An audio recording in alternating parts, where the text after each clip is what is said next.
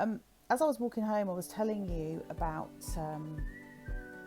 what it was like growing up in an emotionally volatile home. So sometimes we refer to those parents as eggshell parents, or emotionally immature parents, or parents that are emotionally dysregulated and don't know how to they don't know how to regulate their own feelings because they haven't been taught and they're full of trauma, but they pass it on. And I wanted to share with you from my journal something that I wrote on a recent creative writing course. So the challenge was to write a memory of stripping something out of your life and what happened as a result. And I want to read to you what I've written because it really connects into those feelings and what you're left with as a child that grew up in a home like that. And I'm hoping that it will resonate with you. Just pop that down there a minute. So peel back your luggles and listen in. The day I said no to you was the day I got my voice back. I was free, no longer a hostage to your rage, to the storm that would appear from nowhere and consume me, swallow me whole, like a wolf hungry for more. There was never enough. I could never give enough, do enough, or be enough to see you smile. That's all I wanted. And for the storm to stop. You didn't know how to control the storm, even though it came from you. On some days, I knew it was coming. Your face would change, dark like thunder, a curled lip, a big sigh. There were storm warnings. I tried to learn what created the storm, but it was unreasonable and nothing would quell its fierce and raging hunger. It was far easier to face it, and then it died down. I no longer wanted to be its prisoner, held captive by angry words, uncontrollable fists and spiteful intentions, spitting at me with insults to keep me small, safe in the knowledge that I would try harder to be good. Your words hurt. I said I didn't care. I fought back sometimes, but I did care. I was angry they believed your lies. I tried so hard to be good. But I realise now I was good inside, generous, kind, smart, funny and loving. For ages I didn't know that I was free. I kept repeating the same pattern, connecting with people like you or acting like Cinderella. I had to rescue myself. I didn't need a Prince Charming. Freedom felt unsafe, a big wide world with nobody to anchor to.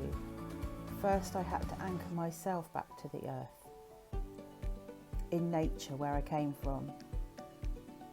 Getting away from you gave me space to find the truth, to burn your lies to the ground, to find myself buried under the rubble, the devastation left behind after the storm. The calm before the storm still unnerves me as I wait for the other shoe to drop. I want that space, the peace, the hush, the silence, and I'm learning to trust it day by day. So I don't know if that resonates with you at all. So what happens is that we internalise the storm as children and it lives in our bodies, and so the way to be free of it is to understand our own storm and work with our own bodies to just to regulate our emotions really, because no one ever taught us. And I want to finish off that with a poem that I then wrote. So I freed fall. If those of you know my journaling technique, that came out as a free fall journaling piece. That just came from my stream of consciousness. And then off the back of that, I just wrote this poem, which I'd like to share with you. The storm. A tirade of anger, words spat in my face. Without warning or reason, the storm invaded my space. It began with a breeze, a heavy sigh said, obey, before the raging crescendo moved in on its prey. Relentless, never satiated, like a wolf hungry for more, feeling powerless and weak against the storm's mighty roar. Dark thunder rolling, eyes glaring and cold. It stole innocence, no mercy, the fury took hold.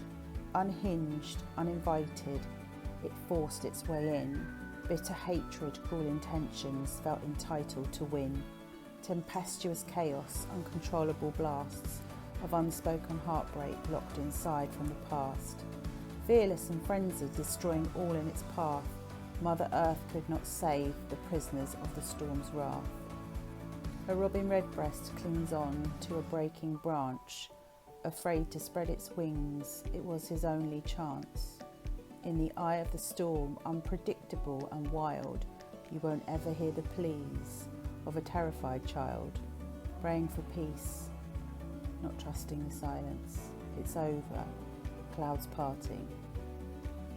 Frozen hearts are bereft. That last bit doesn't rhyme, but that's what came through. So that's my poem. And so my heart goes out to you today if you are the adult child of someone that grew up in a house like that. And I want you to know that the way that impacts you as an adult is that you might well be still walking around on eggshells with other people, thinking that your actions, your thoughts, your feelings, will upset people, or you worry about upsetting people, you worry about what other people think. But it's not true. That's conditioning, and it's your inner child that believes that. So it's separating out the inner child from the adult.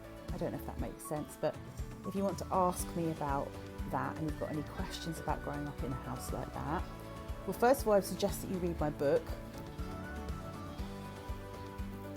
Stuck Between Two Worlds, which talks about that.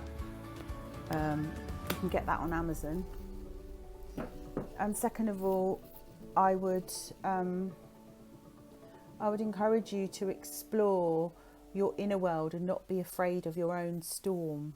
In fact, to heal from that trauma that I talked about, I needed to get in touch with my storm and be connected to my righteous anger so that I could stand up for myself.